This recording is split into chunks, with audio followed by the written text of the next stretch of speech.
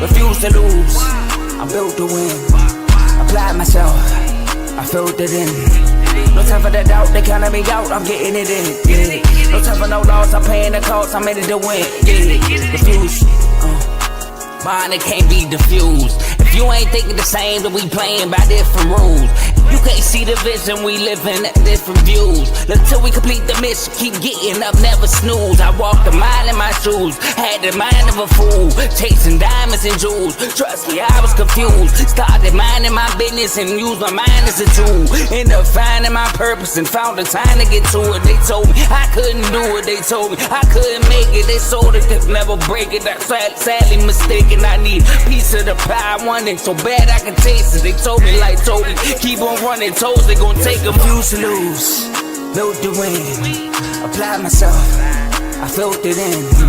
No time for the doubt, they counted me out, I'm getting it in. Yeah. No time for no loss, I pay for the cost, I'm winning to win. Yeah. Refuse to lose, I'm built to win. Applied myself, I filled it in. No time for the doubt, they counted me out, I'm getting it in. Yeah. No time for no loss, I'm paying the cost, I'm in it to win. Yeah. Refuse. Welcome back to CTC. I'm your gracious host, Carl, and I'm back with another episode. And today, we got the final day of the weekend of the tournament and the NIT. We have the round of 32 for today, and we have the second round of the NIT for today. 6 games in the NIT, 8 games in the National College Association men's basketball tournament. So 14 games in total to go over. But before we do that, yesterday we did go 6-2 in the tournament. Our 2 losses being Gonzaga, which lost to Texas. Texas as an 11 seed makes the Sweet 16. Shout out to them. And I got to do it, man. I have to apologize for Coach Miller. Excuse me, because earlier in the week I talked about how I don't see Texas advancing due to Sean Miller's underperformances. And I got to say, this is overachieving at this point for Texas. Texas in the Sweet 16 was not on many people's bingo cards. So shout out to Coach Sean Miller for getting Texas to the Sweet 16. Shout out Jordan Pope. Huge performance against Gonzaga yesterday. And shout out to Texas Longhorns, man. Being in the Sweet 16. Also, our other loss was the Vanderbilt Nebraska game. We did pick Vandy, had them in my bracket, so I went with my bracket. And Vanderbilt, terrible shot, tied 74-74. Nebraska pushes it, and they get a layup to Braden Frazier, who finishes the game with 15, as Nebraska wins that game 76-74. Tyler Tanner almost hit a three-quarters court.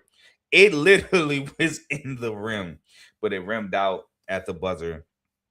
So, shout out Nebraska, continuously making history. Won their first game against Troy ever in the NCAA tournament.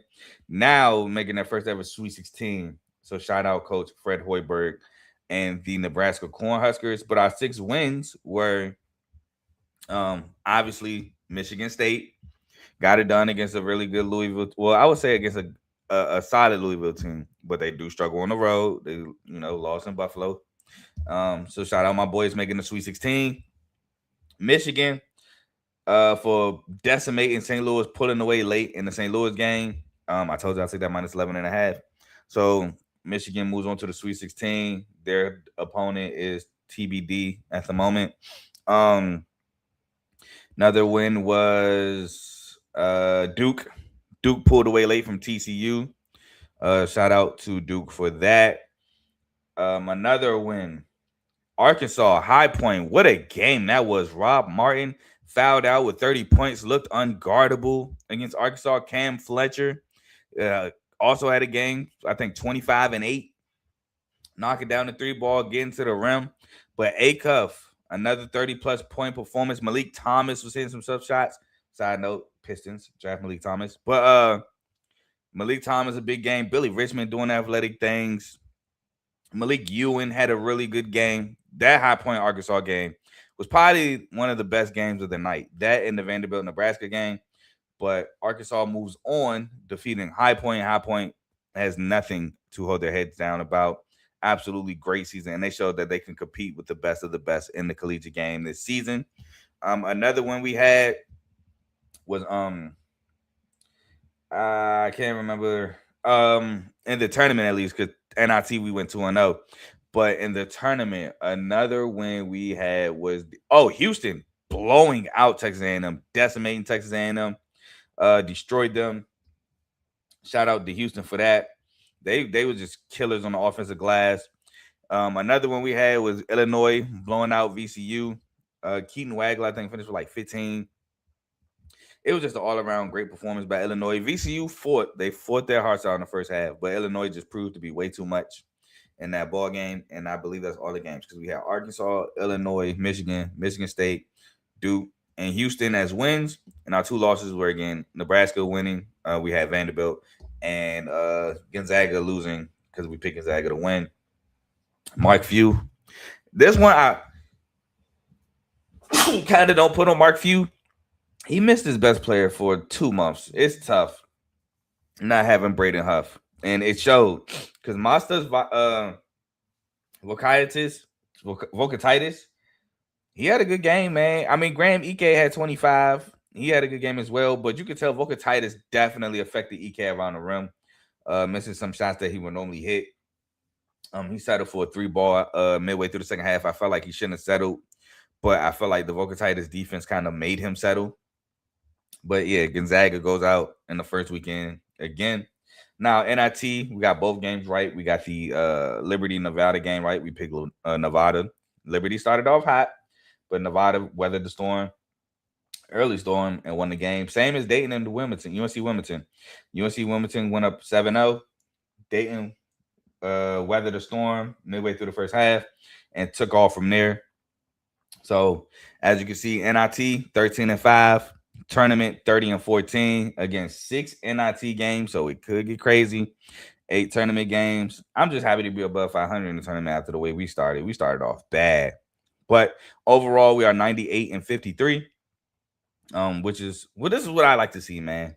45 games above 500. Love it. Love to see that we are closer to 100 wins. So let's get it. Let's get into the games today. Small little recap for y'all, but today we got 6 NIT games. We're going to start with first. We always do the NIT first, and we save the tournament for last. In the NIT first game, we have Illinois State taking on Wake Forest. Now, Illinois State got here blowing out Kent State, while Wake Forest got here beating Navy, pulling away late. This game is at 4:30 on ESPN2, so you can catch it with the tournament games. Multi-view it. Wake Forest is coming into this one 7.5-point favorites. Now, Illinois State is a good team. They can score the basketball. They are led by Chase Walker, averaging 13.7 points per game, 5.3 rebounds, and 1 steal. Johnny Kinzinger, averaging 11.4 points per game and 1.3 steals, and Tyreek Coleman, averaging 10.3 points per game. The X factor is going to be Bowden Skunkberg, and his 3-point shooting, averaging 42.2% from the 3-point line. Going to be big, kind of trying to cancel out the 3-point shooting of Juke Harris and Nate Combs. But Wake Forest, they are led by Juke Harris, averaging 21.5 points per game, 6.5 rebounds, and 1.3 steals. Miles Colvin, averaging 11.6 points per game, 4.4 rebounds, 1.2 steals. And Trayvon Spillers, averaging 10.9 points per game, 5.7 rebounds, 1 steal, and 1 block. The X factor, again, for me is going to be Nate Combs with his 3-point shooting, shooting 40.6% from the 3-point line and averaging 10.6 points per game. But ultimately, I chose Wake Forest being at home, man. Wake Forest is, again, a solid ACC school to me. I don't think that Illinois State has the presence inside like Navy had to bother Wake Forest a little bit. I do think that Illinois State is a team that can score the basketball, and that could maybe bode an issue for Wake Forest. But ultimately, I just love the athletes that Wake Forest have with Juke Harris, Miles Colvin shooting the ball. And Trayvon Spillers, his activity around the rim. So I'm going to take Wake Forest in this matchup over Illinois State. Excuse me. Next, we got Seattle U coming into this one, beating the St. Thomas Tommies. Taking on Auburn, who at one point did look like they might have to win a close one against South Alabama. But Auburn is 12.5-point favorites in this matchup. This game is 6:30 on ESPN2, so right after Wake Forest, Illinois State. So again, you can multi-view it with the rest of the tournament games. Now, Seattle, led by Braden Maldonado, averaging 14.4 points per game, 1.5 steals. Will Heimbrook, averaging 12.3 points per game, 5.3 rebounds, 1.3 steals, and 2.6 blocks. And Junsuk Yao, averaging 11.9 points per game and 4 rebounds per game. The X factor to me is going to be John Christophilus, and he's going to have to help them score against an Auburn team who went nuclear from 3 Tuesday night. He scored 10 points versus St. Thomas. He's a 6.3 points per game scorer, and he shoots it at a 37.8% clip from the three-point line. Auburn, led by Keyshawn Hall, 19.9 points per game, 6.7 rebounds. Tahad Pettiford, 15.4 points per game, 3.6 assists and 1.1 steals. And Kevin Overton, averaging 13.6 points per game, 1.1 steals. Now, their X factor would normally be Keyshawn Murphy, but he did not play against South Alabama, and I'm not sure if he's playing today or not. So I went with the guy who had 10 boards versus South Alabama. He averages 8.9 points per game, in Elijah Freeman. He's going to have to score and rebound the ball, especially with Heimbrook down low. He's averaging 5 boards, but again, he had 10 against South Alabama, averaging 8.9 points per game. So he's going to be big like he was in the South Alabama game. But my winner is Auburn. I think Auburn gets it done. Auburn, Keyshawn Hall and Tahad Pettiford is going to be a problem for the Seattle U team. I mean, a big one. I don't know if they have anybody that can stay in front of Tahad, let alone Keyshawn Hall. Keyshawn Hall is going to, both of them probably going to get to the rim however and whenever they want. And then you match that with both of them being able to shoot a 3-ball. It's going to be tough. I think those two are going to be a super problem for Seattle. And with that being said, I'm taking Auburn in this matchup. Might take the minus 12.5. Can't even lie. But next, my boy, UNLV taking on Tulsa. Tulsa coming into this one is surviving a scare against Stephen F. Austin. UNLV coming into this one is upsetting UC Irvine on the road as a dog. So UNLV in familiar territory on the road as a dog taking on Tulsa. Tulsa's favored by 4.5 points per game. This game is 7 o'clock on ESPNU. So this one's kind of going to get tricky when it comes to the multi-view, man, because you got college basketball, like the tournament. You got 2 games, probably 3 coming on around this time. Then you got 2 NIT games. So now it's time to make choices. But UNLV, they're led by Dre Gibbs Longhorn, averaging 0.4 points per game and 1.5 steals. Kamani Hamilton, averaging 12.9 points per game, 4.9 rebounds, 1.1 steals. And Tyron Jones, averaging 11.7 points per game, 4.9 rebounds, 1 steal, and 2.2 blocks. Now, that X factor to me is going to be Howie Fleming Jr. as always. He had 12 points and 9 rebounds in the win versus UC Irvine, and he's going to have to give similar production for them to beat a highly explosive Tulsa team. Speaking of, they are led by David Green, averaging 16.1 points per game, 4.5 rebounds.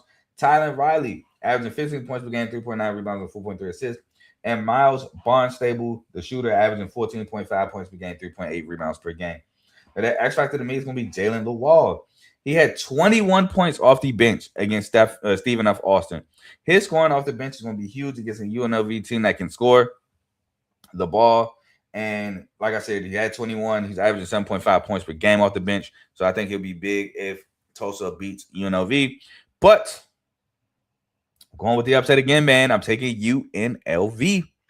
I am taking UNLV to win this ball game. I think they are well coached. I think they can score the ball. I think they play defense really well at times. And I think that Tulsa can give up points. So I think this game kind of plays into UNLV hands. Both teams like to run. Both teams like to get out there. So I think UNLV on the road can pull off the upset, man. I always blank on UNLV coach, and I love him too. I always blank on his name, though. I confuse it with somebody. And I'm so mad I do it, too.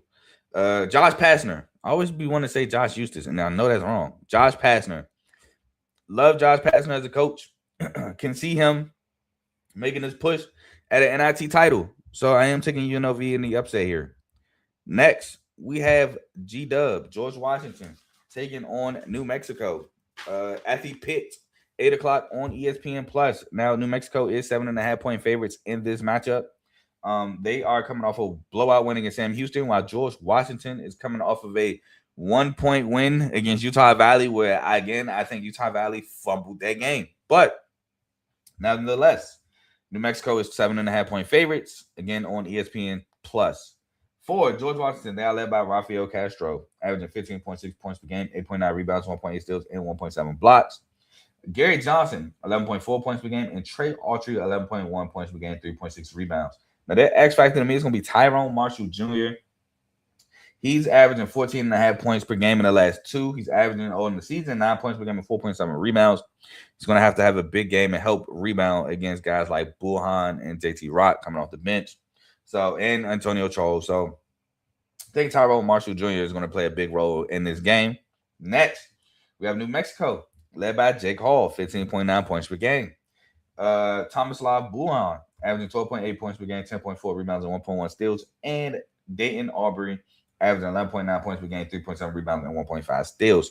Now, their X factor to me would be normally Uriah Tenet, but today I went with Antonio Chol.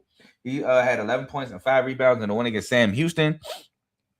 I think if he can put in a nice little solid scoring effort and grab some boards, I think that would be really big for New Mexico. New Mexico is a team that can play defense. They have issues scoring the ball at times, but I think they will be okay at the pit. And my winner is going to be New Mexico. 1, the pit. Huge home court advantage, right? 2, George Washington. Are they used to playing at this elevation in New Mexico? Could be a factor with fatigue. And 3, I just think, man, New Mexico's a tough out of the pit. They play really good defense. And again, I do feel like George Washington should have lost that game to Utah Valley. So I am going to roll with New Mexico with the home court advantage, altitude advantage, and I think they're the better team. So give me New Mexico in this one. Now, the next game, this one was tough because there's a lot of unknowns for a certain team. And that is Wichita State at Oklahoma State, 8:30 on ESPN2. Oklahoma State, in spite of the unknowns, are 3.5-point favorites in this matchup. And I can't say I'm surprised. But Wichita State is coming off of a win against Wyoming. Again, shout out Coach Sundance Wicks for, saying, hey, any opportunity for us to play ball, we taking it. But Wichita State got the dub. And Oklahoma State is coming out escaping Davidson at home, again, due to the suspensions of Anthony Roy, Victorious Miller, and I think Isaiah Coleman. So that didn't see it pregame, came out of left field for me. But those are the unknowns for Oklahoma State. Now, Wichita State, they're led by Kenyon Giles, averaging 19.1 points per game, 1.6 steals. Karan Boyd, 10.7 points per game, 5.8 rebounds. And Will Berg, 8.8 points per game, 8.2 rebounds, and 1.4 steals. Now, their X factor is going to be TJ Williams. TJ Williams, he led the team in scoring against Wyoming. He had 17 points and 14 boards off the bench. So he is going to be huge if he can have a big game. Next, we have Oklahoma State. Now, these guys, are they still suspended? Are they coming back? Nothing so far. But Anthony Roy is their leading scorer, averaging 17.2 points per game, 4.1 rebounds. Victorious Miller, averaging 10.9 points per game, 1.1 steals. And Kanye Clary, averaging 10.4 points per game, 4.7 assists, and 1.2 steals. The X factor to me is going to be Jalen Curry. Jalen Curry is averaging 10.3 points per game. A guy that can get to the rim. He had 11 points versus Davidson. Can he put up a similar output if these guys are back? Which, if he does, that makes them dangerous. But I am going to take Oklahoma State, man. Wichita State is a solid team. They can play some solid defense. But I think Oklahoma State is primed to make another NIT run just like last year. That win against Davidson kind of showed me that they have some depth to them. You miss your 2 leading scorers and another key contributor. And yeah, you might say it's Davidson, but Davidson is still a very good offensive team. And you put up 84 points in a win. Very, very good performance showing that they have depth. And I'm going to take Oklahoma State. I'm assuming that those players may be back. So I'm going to take Oklahoma State in this matchup. And the last matchup, which this one was a tough one for me to pick. St. Joseph's at Cal. Cal's 5.5-point home favorites. This game is 9 o'clock on ESPNU. St. Joseph's is coming off the win against Colorado State, while Cal is coming off a blowout win against UI.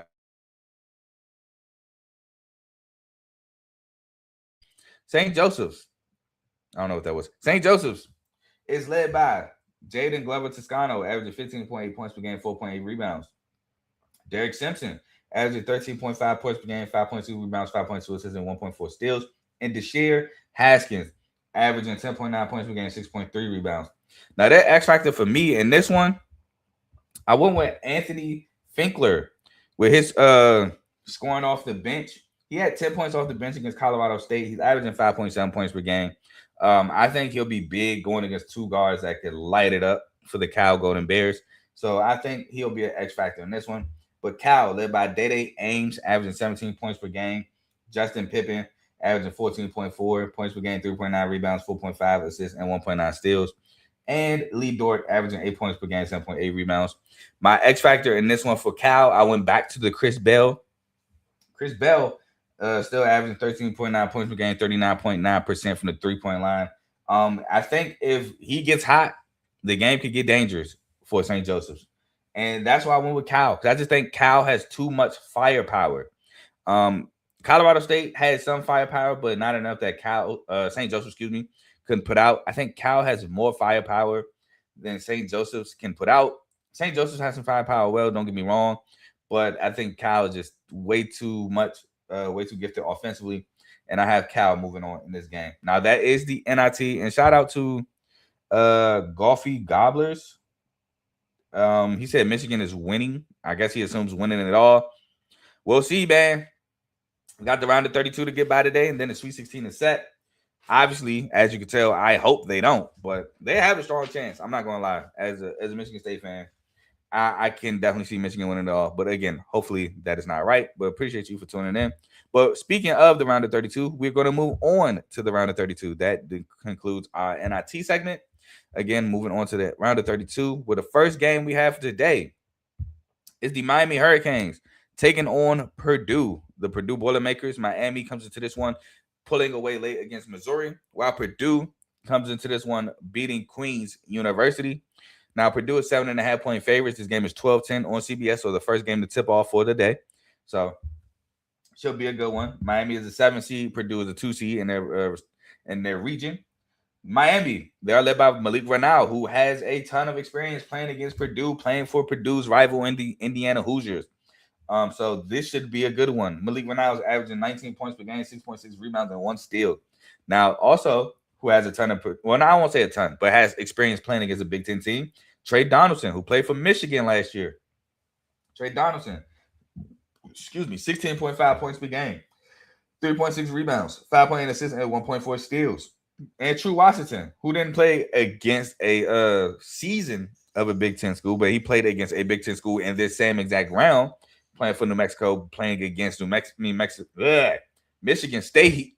True Washington, 12 points per game, 4 rebounds, and 1.8 steals per game. Now, their X factor to me is going to be Ernest Udoh. Why? He's going to be dealing with Trey Kaufman-Renn and Oscar Clough. Again, Oscar Clough has been very integral for the success of Purdue as of late. For Ernest Udoh, he's averaging 6.8 points per game, 9.3 rebounds, 1.4 blocks, and he's going to be dealing with Trey Kaufman-Renn and Oscar Clough. Now, Purdue, they are led by Braden Smith.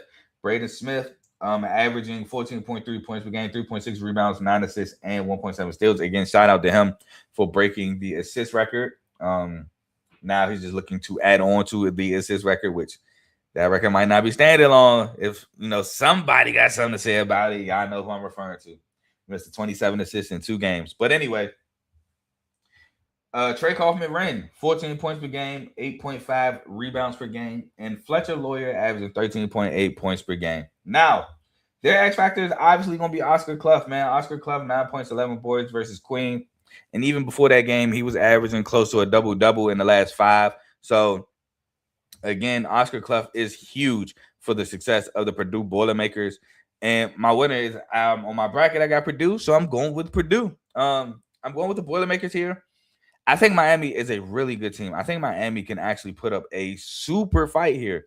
Miami is really good offensively, but My issue is when it comes to if Ernest Udo gets into foul trouble, guarding TKR or Oscar Clough. They don't really, in my opinion, have the depth in the front court to possibly deal with this Purdue team, which I think could ultimately hurt them. I love Sheldon Henderson, athletic freshman, can get to the rim. He can play some solid defense. He can help in the front court, but I don't know if Sheldon Henderson is much help against TKR. Also, Purdue has a ton of shooters, which I'm not saying Miami doesn't. Miami has shooters too, and Trey Donaldson, Dante Allen, True Washington can shoot three, but I just think Purdue is a little bit of a outmatches them in the front court, which is what Purdue is been in the couple of years past and prior. They want to beat you in the front court, and I think they have the ability to do so against Miami. So give me Purdue in this matchup. Next, this game is going to be a tough one, man. We got Kentucky, 7 seed Kentucky, who literally escaped Santa Clara, ruining my perfect day that day. And we have them taking on Iowa State, who blew out Tennessee State, but in that blowout did lose Joshua Jefferson, at least for this game. Now, obviously, there is no guarantees of tomorrow, so they have to win this game for Joshua Jefferson injury update to be in question. But this is a huge loss against a Kentucky team. Kentucky, is a 7 seed. Iowa State is a 2 seed in the respective regions. Kentucky, they are led by. One more thing. Iowa State's 5.5-point favorites. This game is 2:45 on CBS. Now, Kentucky, led by Otega Owe. Again, I've said this multiple times on my pod. He is clutch. And if you had any questions about how clutch he is, the Santa Clara game should have all but sealed how clutch he is. He is averaging 18.7 points per game, 4.7 rebounds, and 1.8 steals. Denzel Aberdeen averaging 13.3 points per game, 3.5 assists, and Malachi Marino averaging 7.9 points per game, 6.3 rebounds, and 1.5 blocks per game. Oh my Lord. Their X factor to me is going to be Colin Chandler. Colin Chandler is a guy, again, who can shoot the ball, can attack the rim, put pressure on the rim. So I think he'll be big. He's averaging 9.8 points per game. I think he'll be big in this matchup, trying to add extra firepower to this Kentucky team. Now, Iowa State, they are led by Tamin Lipsey. Tamin Lipsey, he is averaging 12.9 points per game, 3.9 rebounds, 4.9 assists, and 2.2 steals. Milan Momasilovic, who is averaging 17.1 points per game. And I inserted Blake Buchanan with the loss of Joshua Jefferson, because Blake Buchanan is going to have to step up and be an interior presence. He's averaging 8.5 points per game, 5.7 rebounds, and 1 block per game. Now, the X factor to me is going to be Nate Heisey shooting the 3-ball outside. His outside shot is going to be big. He's averaging 33.8% from the 3-point line. He's averaging 5.2 points per game. But against Tennessee State, he had 22 points. So if he can, I'm not going to sit here and act like he's going to have a 20-point performance yet again. But if he can give me a double-digit performance again against Iowa State with the loss of Joshua Jefferson, that would be big. Ultimately, I am going to stick with my bracket. I am going to stick with Iowa State. I do think Iowa State, how they play defensively, will bother Kentucky. Now, Kentucky now is going to have the size advantage, obviously, due to the injury of Joshua Jefferson. They're going to have Marino, Garrison. Garrison had a great game against Santa Clara, and Diabate. But I just think the tenacity that Iowa State brings on defense is going to bother Kentucky. And then Coach TJ is such a great coach. I think he'll have a great game plan without Joshua Jefferson. So I'm just going to go with the better coach right now. Not to say Mark Pope is a bad coach, because I'm not saying that. But at this moment, I do believe Coach TJ is a better coach than Coach Mark Pope. But Mark Pope is still young on his Kentucky journey, coming from BYU a couple years ago. So I am taking the coaching advantage, in my opinion, and the better defensive team here. I am going with Iowa State in this matchup. The next matchup, and shout out to, Tito the 31st. Appreciate you for stopping by. Next, we have St. John's. St. John's is a 5th seed taking on 4th seed Kansas. St. John's is actually 3.5-point favorites here. This game is 5:15 on CBS. St. John's is coming off of a blowout against UNI. Again, never understood why people thought UNI was even going to win that game. And Kansas is coming off of dominant performance against Cal Baptist. So shout out both teams. But St. John's, they are led by Zuby Ejiofor, averaging 16.3 points per game, 7.3 rebounds, 3.5 assists, 1.2 steals, and 2.2 blocks. Bryce Hopkins, he's averaging 13.5 points per game, 6.2 rebounds, and 1.1 steals. And Osiah Sellers, averaging 10.7 points per game. Now, their X Factor to me is going to be the same X Factor I always have, Dylan Mitchell. Against UNI, he had 7 points, 9 boards. Yep, he's averaging 8.2 points per game, 7 rebounds, and he's their ultimate glue guy. So I do like Dylan Mitchell as their X Factor. Now for Kansas, they're led by Darren Peterson. Darren Peterson, he's averaging 20.1 points per game, 4.2 rebounds, and 1.5 steals. Floyd Badunga, averaging 13.3 points per game, 9.1 rebounds, 2.6 blocks. And Melvin Council Jr. averaging 12.6 points per game, 4.9 rebounds, 5.1 assists, and 1 steal. Now, their X Factor to me is going to be Trey White. Trey White is their third leading scorer, I believe. He's their second leading scorer. He's averaging 13.8 points per game. He had 12 points against Cal Baptist. And they're going to need the points against a really good St. John's team.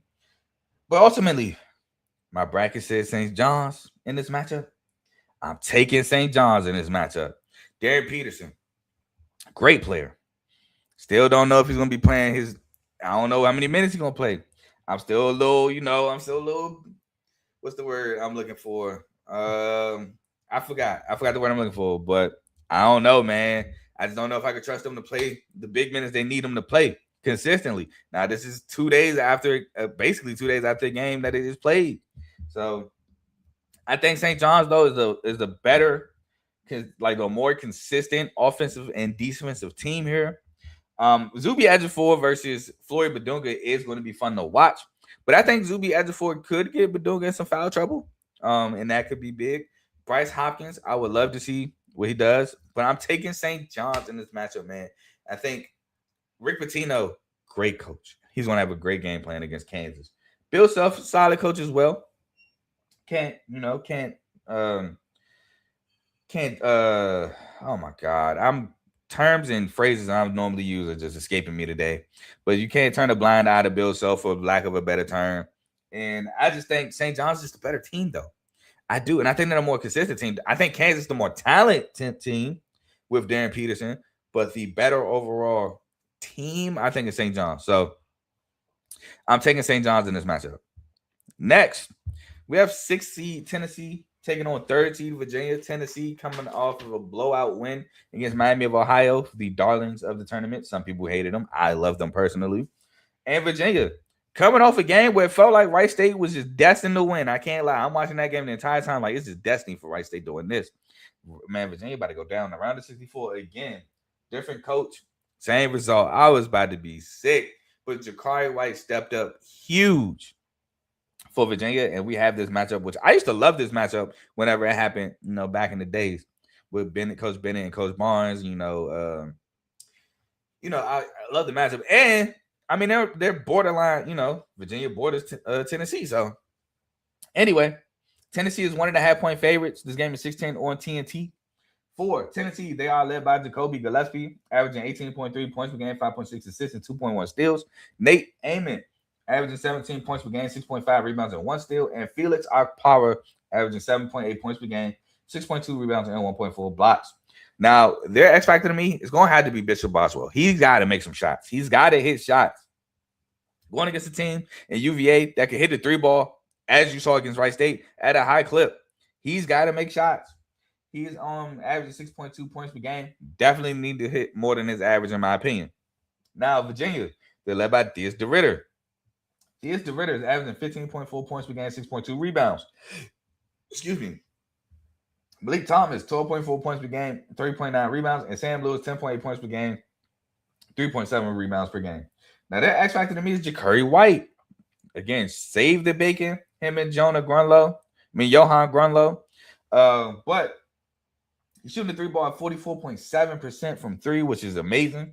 He's averaging 9.3 points per game, but had 26 against Wright State in the win. And I think he's going to be really called upon against Tennessee today. But my winner, going with UVA. Bracket says UVA. I'm going with UVA. Why? Because Tennessee relies too much on Nate Amon and Jacoby Gillespie to score the ball against a UVA school team that could score from multiple people.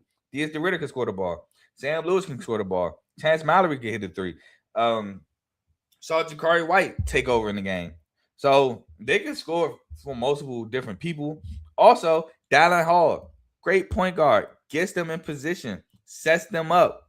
Grunlow, Yowosu, paint presences, both averaging over 2 blocks a game. Can that mess with Tennessee's interior offense and defense? So I am taking Virginia in this matchup. Tennessee also, no lead is safe with Tennessee yet and still. So even if Tennessee goes up on Virginia, I wouldn't be like, as a Virginia fan, you've seen things like this happen before. We've seen Alabama come back. We've seen Kentucky come back. We've seen teams come back against Tennessee. So I'm going with Virginia here. Next, we have 1 seed Florida taking on 9 seed Iowa. Florida is 10.5-point favorites in this matchup. This game is 7-10 on TBS. Now, Iowa's coming into this game where they basically won wire to wire against Clemson. Same with Florida. They basically won wire to wire against Prairie View A&M. Now, I say basically because the game did get tied in both of those games, but those are basically wire to wire wins. Now, Iowa, they're led by Bennett Sturts. Bennett Sturts averaging 19.9 points per game, 4.4 assists, and 1.5 steals. Tavion Banks averaging 10.3 points per game, 4.7 rebounds, and 1 steal. And Cam Manyow averaging 6.9 points per game, 4.7 rebounds. Now, obviously, Iowa can't mess with Florida in the interior. So their X factor to me is going to be Cooper Koch. Cooper Koch has got to be able to hit the 3 ball. He's shooting the 3 ball at a 39.3% clip. So they're going to have to try to 3s over 2s Florida. Now, Florida, they're led by Alex Condon. 14.9 points per game, 7.5 rebounds, 3.5 assists, and 1.5 blocks. Thomas Hout averaging 17 points per game, 6.2 rebounds, and 1 steal and 1 block. And Ruben Chinelo averaging 11.2 points per game, 11.5 rebounds, and 1.1 blocks.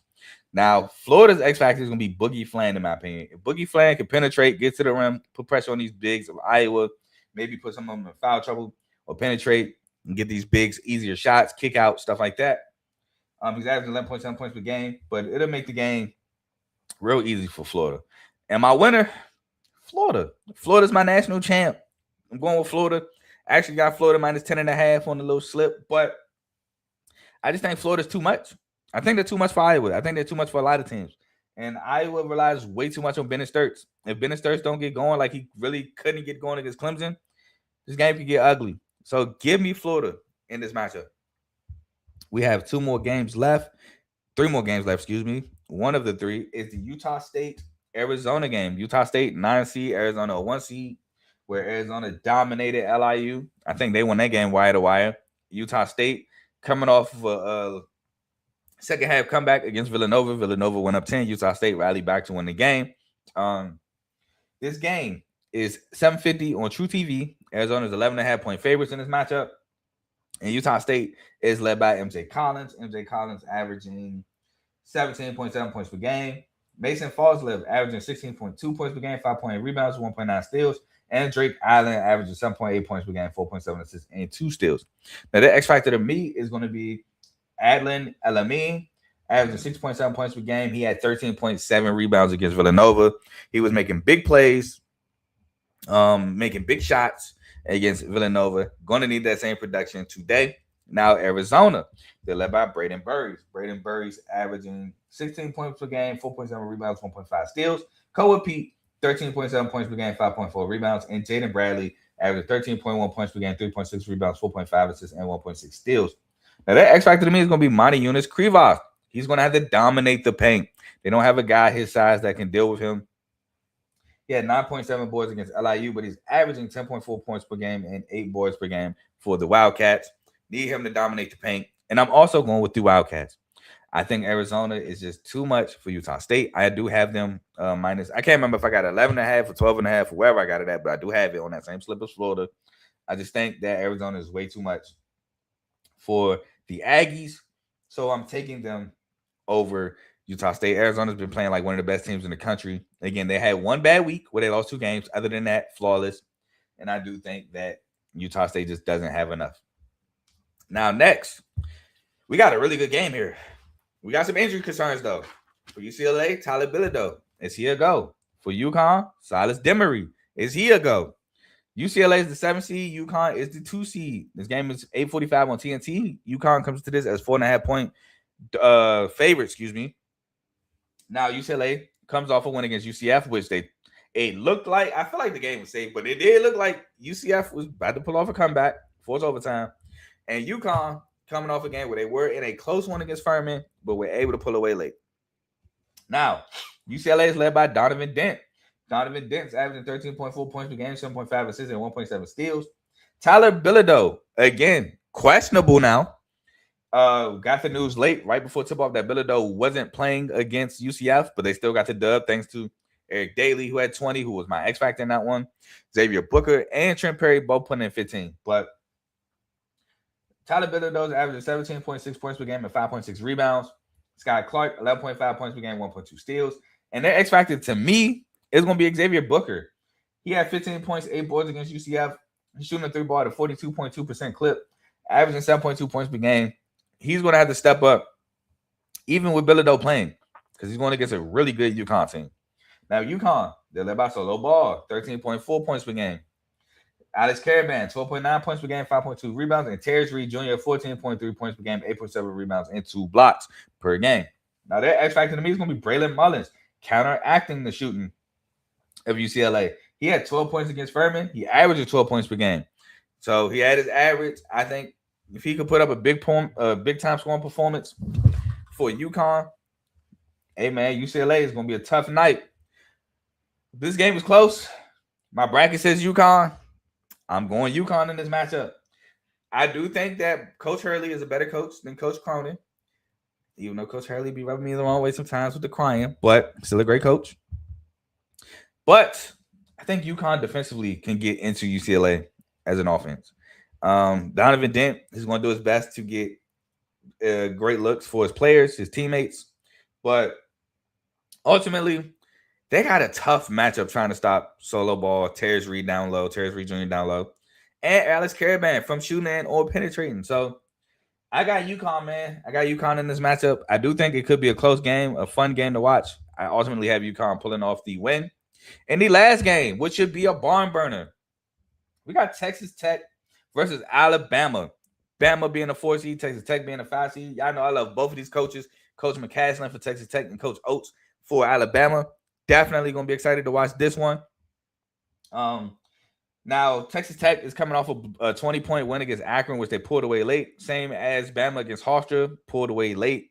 So this should be a good one. Both of them shoot the 3-ball exceptionally well, but one team plays defense and one team doesn't, for real. And we're going to start with Texas Tech. Oh, by the way, Bama's actually favored in this one by 1.5 points. This game is 9:45 on TBS.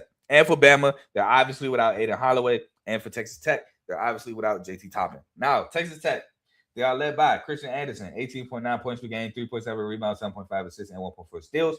Donovan Atwell, 13.5 points per game, 1.2 steals. And LaJuan Watts, 11.6 points per game, 6 rebounds per game. Now, their X factors are going to be the same X factor as always. Jalen Petty. Again, shooting the 3-ball exceptionally well, 38.5% from the 3-point line, 9.9 points per game, but had 24 against Akron. A huge game for him. Alabama, led by LeBaron Fallon, 22 points per game, 4.8 assists, 1.2 steals. Quietly one of the best point guards in the country. I know Darius Acup is getting a lot of attention, and rightfully so. But LeBaron Fallon is a dog right along with him. Latrell Weissel, 12.7 points per game and 1 steal. And Amari Allen, 11.6 points per game, 7.1 rebounds, 1.1 steals. Now, that X factor to me is Aiden Sorrell. Aiden Sorrell had 15 points and 15 boards against Hofstra. He's going to have to be a really solid paint presence, especially against LaJuan Watts. Maybe even bring him outside the paint with his shooting ability. But he's averaging 11.2 points per game, 6.4 boards. Not saying he needs a 15 and 15 game. That's a crazy, almost cursed. That's how great of a game that was. Crazy performance. But if he can have a double-double, maybe double-digit scoring, close to double-digit effort rebounding, defending the rim, that'd be really good for the Bama Roll Tide. But ultimately, I'm going to take what my bracket says. And my bracket says Texas Tech. I'm taking a better defensive team.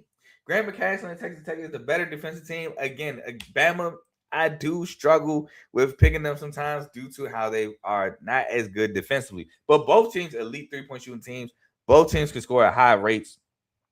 I just think Bama not being a better defensive team here, not really being a defensive team here can hurt because Texas Tech, they could score with the best of them, and they play defense.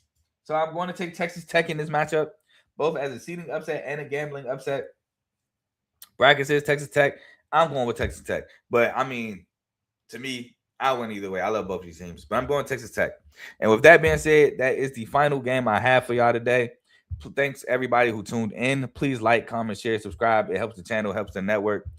Speaking of the network, we have multiple shows on the network. The first show we have is the main show featuring Joe, Tomo, and Dave. They go live on Mondays and Thursdays between 7 and 8:30. I should start saying p.m. It's not a morning show, p.m. So make sure y'all tune in. We have Unfazed who went live on Thursday, so make sure you check them out. That's Joe and AJ. We have BWT, Baseball with Teddy. The regular season in baseball starts in 3 days. It starts Wednesday with the Yankees Giants, so I'm pretty sure he's going to have content about that. We got FFC, Fantasy Football with Coach Coombs.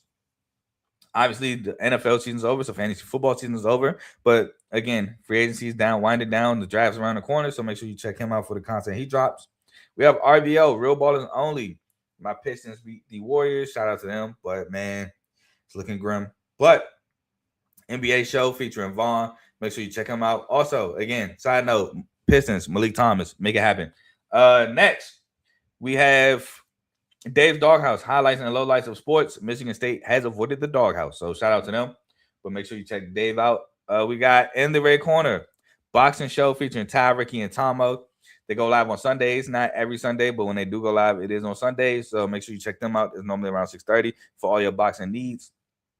And the last show we have is Zero Sports Talk with Griffey, the newest show added to the network. Again, don't think he goes live, so just catch his episodes when they drop. And yeah, just make sure to look out for his episodes and catch them when they go live. But when they drop, excuse me. But please like, comment, share, subscribe to those shows as well. And if you like what you're listening to, stick with us. Now, again, that's all I got for y'all today. This is the last day of the week. I got through another first week of tournament NIT. This is my third year doing this. So, man, it was a lot of work, but there's a lot of fun work to do. A lot of early mornings, but I got it done. I won't see y'all until Tuesday because that's when the NIT round of, I think, 8. That'll be down when the NIT starts to have their Elite 8. We got a Tuesday and a Wednesday. I'm going to just do it all in one show on a Tuesday show. It's only 4 games in total, 2 on Tuesday, 2 on Wednesday. So I'm going to just make it all one show. But that's when y'all will see me again. I'll be taking a break on Monday. Y'all enjoy these college basketball Sunday games, man. I know I will. 14 games to enjoy, 8 NCAA tournament, 6 NITs. And good luck on all your brackets. Again, mine might be cooked. Wisconsin cooked me. So good luck with all your brackets, your bracket challenges, your money bracket leagues, and all that stuff. Next show y'all will see. I don't think In the Red Corner is going live. So I think the next show y'all will see is the main show. So make sure y'all tune into that tomorrow, 7 o'clock Eastern, till about 8:30 at night p.m. But with that being said, I'm gone. Peace.